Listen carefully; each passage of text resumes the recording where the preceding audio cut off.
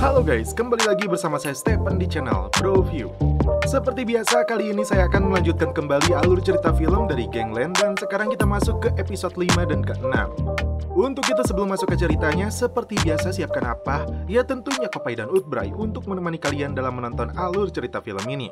Dan sekarang kita masuk ke filmnya.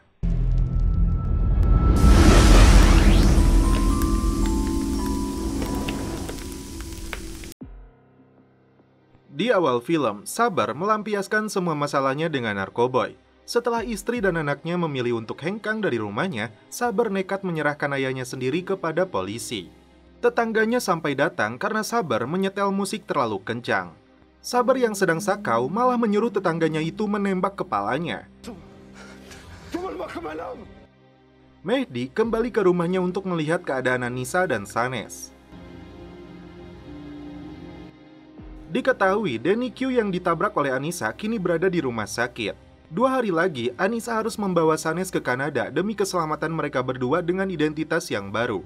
Anissa mengajak Mehdi untuk ikut bersama mereka, tapi sepertinya Mehdi menolak. Selama ini, Mehdi masih menyalahkan dirinya sendiri karena kematian Ilyes.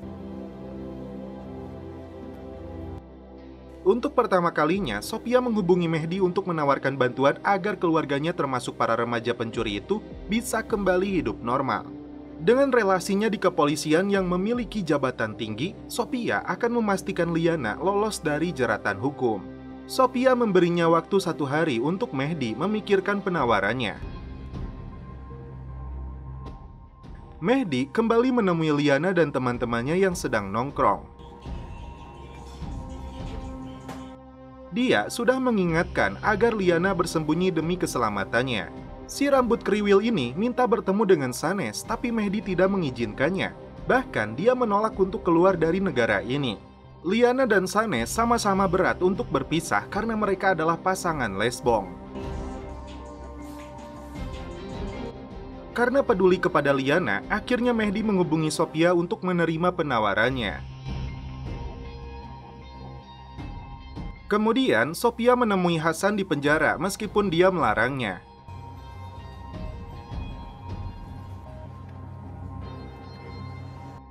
Sophia memberitahu keadaan Danny Q di rumah sakit dengan luka patah tulang yang cukup serius. Dibutuhkan setidaknya 9 bulan untuk pemulihan setelah menjalani serangkaian operasi. Hasan divonis 15 tahun penjara tanpa pengurangan hukuman. Sophia akan mengatur rencana agar pamannya ini bisa kabur setelah Hasan menjalani sidang terakhirnya. Dia akan mengirim orang untuk mencegat konvoinya, dan hanya 1 orang yang bisa melakukannya, yaitu Mehdi. Sophia meminta Hasan percaya kepadanya. Tentu saja dia yakin karena Sophia satu-satunya yang dia percayai. Santuy dengan seorang PSK, Sabar tidak bisa melepaskan hati dan pikiran kepada istrinya. Mehdi menemui Sophia di dalam mobilnya. Dia menunjukkan bukti kasus perampokan itu telah dihapus oleh polisi dan hanya menyisakan izin pelanggaran mengemudi biasa. Sophia mengatakan Hasan dipenjara selama 15 tahun dalam kasus perdagangan obat-obatan terlarang. Meskipun dia dipenjara, Hasan masih berbahaya bagi Mehdi dan keluarganya. Setelah mencegat konvoinya, Sophia ternyata menginginkan Hasan untuk dibunuh karena dia ingin balas dendam atas kematian orang tuanya. Sophia telah menyiapkan $2 juta di jok belakang dan 6 juta lagi saat Hasan mati. Mehdi akhirnya membawa uang tersebut sekaligus identitas Sophia. Jika dia berbohong atau menjebaknya, Mehdi akan mencarinya. Tiba-tiba, Tony melepaskan tembakan ke spion mobil Sophia sebagai bukti tim mengawasinya. Mehdi dan tim lalu berkumpul. Mereka sepakat untuk membagi hasil $8 juta itu, tapi syaratnya mereka hanya membebaskan Hasan dari mobil tahanan dan biarkan si Sophia yang membunuhnya. Mehdi saat itu juga menghubungi Sophia untuk mengatakan persyaratannya. Dia juga menginginkan waktu dan rute konvoi mobil tahanan tersebut secepatnya atau kesepakatan akan gagal. Yang terakhir, sisa $6 juta itu harus dibayar di muka, disimpan di loker stasiun Bruce dan dikirimkan kodenya. Mehdi meminta bantuan Arnaud untuk mengambil uang tersebut dan mengantarkannya ke rumahnya. Sophia kemudian menemui Antoini untuk meminta waktu keberangkatan dan rute konvoi pamannya. Jaksa ini awalnya menolak, tapi Sophia mengancam akan melaporkan kepada hakim jika Antoini terlibat hingga Hasan bisa meninggalkan prasidang Belgia. Awalnya Antoini tidak takut karena tidak ada bukti kisah ranjang mereka. Tapi saat dia disuruh memegang perut Sophia, barulah Antoini terkejut. Sophie lalu menghubungi lagi Mehdi jika dia telah mengirim uang dan kode lokernya. Untuk rutenya, Mehdi akan mendapatkannya tepat waktu. Selanjutnya, Sophia menemui Chris. Mafia ini berterima kasih karena Sophia telah mengembalikan narkoboy miliknya. Tapi itu belum cukup karena Chris menginginkan juga Sabar. Chris tidak ingin kehilangan harga diri di depan pelanggan dan pemasoknya karena membiarkan orang merampok darinya. Sophia mengatakan otak perampokan kokainnya bukanlah Sabar, tapi Hasan. Alasannya karena Chris menaikkan pabean 2 kali lipat di dermaga setelah Hasan meninggalkan Brussels. Chris sepertinya percaya dengan ucapan Sophia. C'est parfait, Sophia. Ta cible, c'est Hasan. Saat pencegatan konvoinya, Chris akan mengurus Hasan termasuk para perampok itu yang dimaksudkan kepada Mehdi dan timnya. Untuk yang satu itu, Sophia tidak setuju karena Hasan yang memaksa mereka. Intinya, Chris hanya diperbolehkan untuk menyerang Hasan saja. Anissa memberitahu putrinya jika Mehdi telah mengurus kepindahan mereka ke Kanada, tapi Sanes menolaknya. Anissa penasaran apa alasan dia menolak. Disinilah Anissa mulai paham jika anaknya ini mencintai Liana. Di waktu yang bersamaan, Liana dan teman-temannya menghadiri pemakaman Modi. Liana mengirim pesan kepada Sanes ingin bertemu dengannya. Sanes menyuruhnya untuk datang ke rumah pamannya 1 jam lagi. Saat Liana pergi, 2 orang penjahat dari kelompok Chris membuntutinya. Antoini menghubungi Sophia untuk memberikan rutenya, tapi dia harus mengaborsi bayinya.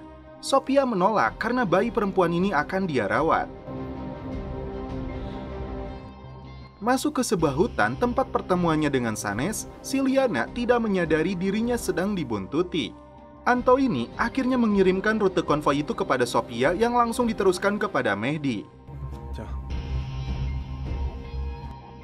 Sophia mengirimkan pesan juga kepada Chris untuk bersiap. Liana dan Sanes akhirnya bisa bertemu, tapi Sanes langsung minta maaf karena dirinya esok hari akan berangkat ke Kanada. Sabar diminta Thierry untuk datang ke kantor pengacara karena ada berkas yang harus dia tanda tangan.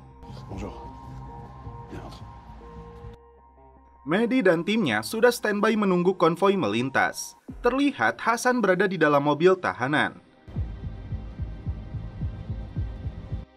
Sabar mendapat informasi jika Virgil kini sudah tidak bekerja lagi di kantor Thierry. Setelah Hasan ditangkap, Thierry sendiri ditahan selama 2 hari. Dia menyebut izin praktek pengacaranya kemungkinan besar akan dicabut. 20 tahun bekerja untuk ayahnya, Thierry menyadari hal seperti ini akan terjadi. Saat konvoi itu melintas, Mehdi menggunakan drone-nya untuk meledakkan pintu mobil tahanan itu. Di waktu yang sama, Sabar yang sedang menandatangani dokumen diserang seorang pria bertopeng yang menggunakan kawat tali untuk mencekik lehernya.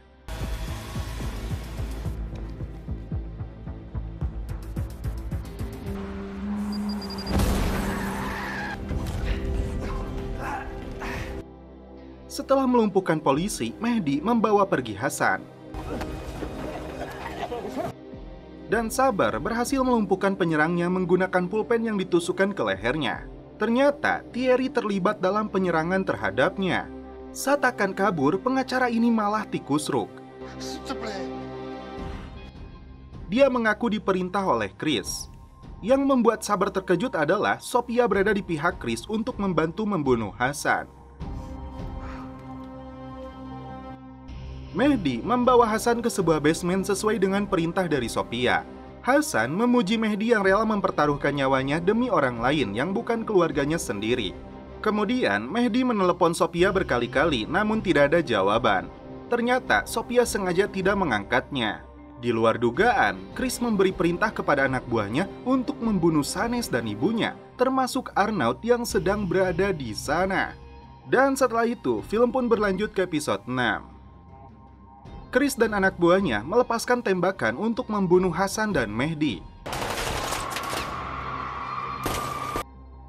Seorang diri, Mehdi meladeni mereka semua. Untung saja senjata yang digunakannya jauh lebih canggih.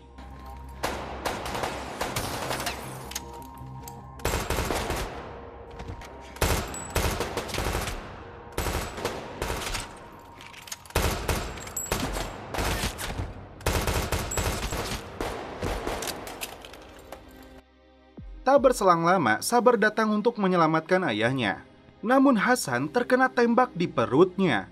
Sabar segera membawa pergi Hasan dari lokasi ini.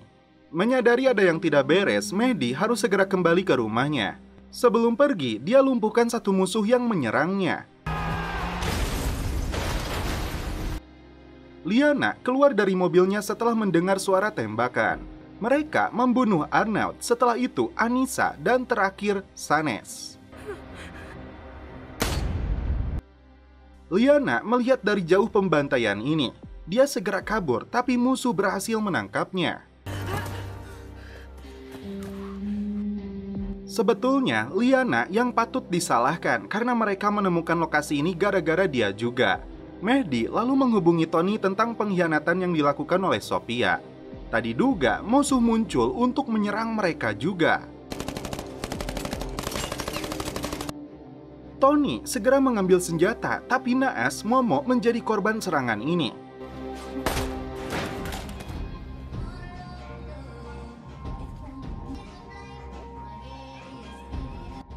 Chris mengaku kepada Sophia jika dia berbohong karena menargetkan mereka semua. Karena Hasan dan Sabar masih hidup, Chris akan menjemput Sophia demi keselamatannya, karena mereka kini tahu Sophia telah berkhianat. Sabar akan membawa Hasan ke rumah sakit, tapi dia menolak karena tidak ingin masuk penjara lagi. Hasan mengakui dari semenjak Sabar lahir, dia tidak pernah menyayanginya. Muak dengan ayahnya, ini yang dilakukan Sabar. Mehdi tidak bisa menahan kesedihan saat melihat jenazah orang-orang terdekatnya. Setelah mengubur mereka, Mehdi menggali kuburan yang berisi persenjataan. Tak lama kemudian, Tony datang merasakan kesedihan yang sama. Satu musuh berhasil mereka tangkap hidup-hidup untuk menunjukkan lokasi markas bosnya. Setelah mereka mematahkan satu kakinya, anggota mafia ini mengaku bosnya punya laboratorium narkoboy dan Liana sedang disekap di sana. Setelah mendapatkan lokasinya, pria ini pun dieksekusi. Mehdi dan Tony punya misi untuk membebaskan Liana sekaligus membalas dendam kematian keluarga dan sahabat mereka. Sophia yang berada di markas meminta Chris untuk melepaskan Sabar dari daftar buruannya. Chris menolak dan akan memburu mereka semua termasuk para perampoknya. Sophia lalu disekap dengan Liana. Liana menyebut bukan Chris yang harus dia takutkan, tapi Mehdi yang akan datang membunuh Chris dan seluruh anggotanya termasuk dirinya. Drone kembali diterbangkan Mehdi di dalam pabrik ini. Targetnya adalah saluran gas.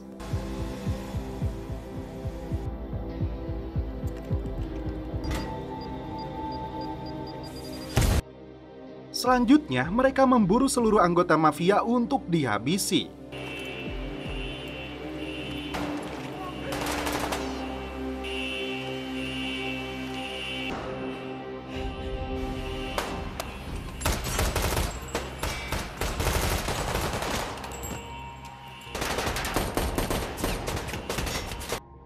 Tony mendapat perlawanan sengit dari pengawalnya Chris. Gangster berbadan besar ini menghajarnya hingga babak belur.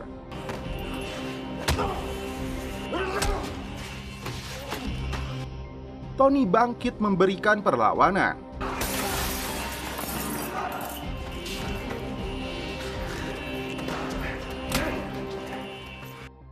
Sementara Mehdi masih memburu satu persatu anggota Chris, ratusan peluru dimuntahkan dalam upaya balas dendamnya. Mehdi berhasil menemukan Liana. Dia hampir saja mencekik Sophia hingga tewas. Namun, karena dia mengaku tidak ada maksud berkhianat, ditambah dia sedang hamil, Mehdi pun memaafkannya. Chris dan pengawalnya berhasil kabur, tapi sebelum itu dia melepaskan tembakan yang mengenai Mehdi. Dia pun dibawa ke rumah sakit agar nyawanya bisa tertolong. Tony dan Liana berpura-pura menemukannya di jalan. Sementara itu, Sophia menemui Saber dengan membawa pistol.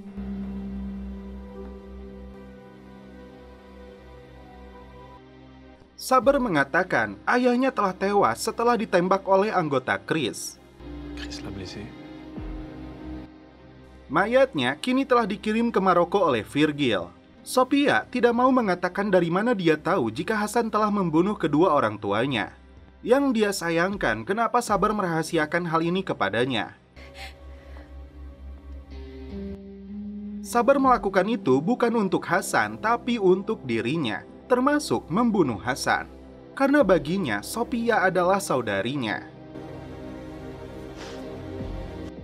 Tony ditemani Liana dan dua kawannya berencana untuk membunuh Chris demi membalaskan dendam mereka. Menurut Liana, membunuhnya terlalu enak buat dia. Justru dia ingin merampok seluruh uangnya dan membuatnya menderita di penjara melebihi nyawanya dicabut. Chris dan sang istri bertemu di hotel miliknya.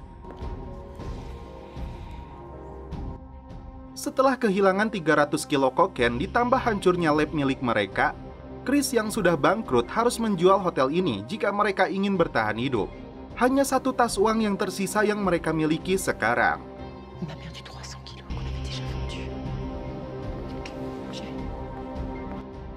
Saat mereka berkumpul di dalam kamar, Tony dan Liana muncul menodongkan senjata kepada mereka.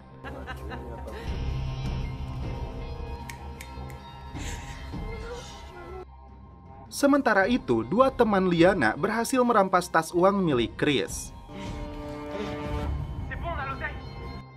Tak lama kemudian, tim kepolisian datang untuk menangkap Chris. Et t'auras que dalle. C'est clair.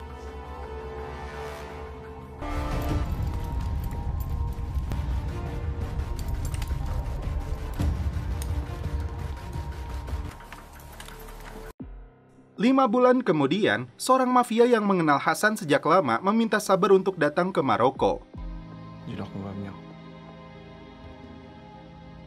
À très bientôt. Sophia yang sedang hamil memberi saran kepada Saber untuk lupakan Maroko. Kita ambil dermaga, Antwerp, dan seluruh Eropa. Lalu kita bentuk pasukan untuk perang ini. Le port d'Anvers, c'est l'Europe. Liana datang ke rumah sakit untuk membebaskan Mehdi.